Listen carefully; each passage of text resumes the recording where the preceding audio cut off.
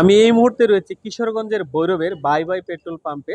আমরা যেমনটি জানি, গত বৃহস্পতিবার সন্ধ্যার পর থেকে কিন্তু এই পাম্প সহ বিভিন্ন পাম্পেই কিন্তু পেট্রোল অকটেন মিলছে না, ফলে বাইক সহ যে সকল গাড়ি পেট্রোল অকটেন চালিত যানবাহন রয়েছে সেই সকল গাড়িগুলো কিন্তু এসে ফিরে যাচ্ছেন হতাশ হয়ে, কারণ তারা জানেন না কবে নাগাদ এই পেট্রোল অকটেন পাবেন। তো এই মুহূর্তে আমাদের সঙ্গে রয়েছেন বাই বাই পেট্রোল পাম্পের মালিক মোহাম্মদ আব্দুল মান্নান মিয়া। আমরা তার কাছ থেকে জানবো কবে থেকে তাদের এই পেট্রোল পাম্পে তেল সংকট দেখা দিয়েছে। আমাদের পাম্পে তেল সংকট দেখা দিয়েছে তো আজকে এই রেশনিং করে আমরা তেল পাচ্ছি। কি সংকট তেল পাচ্ছেন? পাশে পাচ্ছি হলো ডিজেল। ডিজেল পাচ্ছি প্রতিদিন হলো হাফ গাড়ি করে 50%। হ্যাঁ, 4,500 লিটার ডিজেল প্রতিদিন পাচ্ছি। পেট্রোল অকটেন কবে থেকে শেষ হয়েছে? পেট্রোল অকটেন গত বুধবার থেকে শেষ হয়েছে।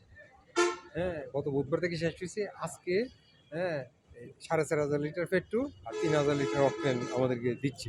গাড়ি গেছে ডিপোতে তেল আনতে। আজকে কি পাইতে পারেন না আগামীকাল পাওয়ার সম্ভাবনা রয়েছে?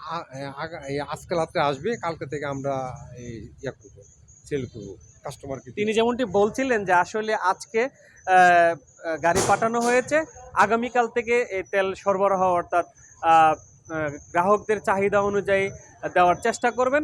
এছাড়াও কিন্তু আমরা যেমনটি জানতে পেরেছি যে ভৈরবের যে তেলের ডিপোগুলো রয়েছে সেখান থেকে ডিজেল তারা 50% হারে পাচ্ছেন, যদিও গাড়ির চাহিদা অনুযায়ী তারা সরবরাহ দিতে পারছেন না। তো এই ছিল আমার কাছে ভৈরব থেকে জ্বালানি তেলের সর্বশেষ তথ্য।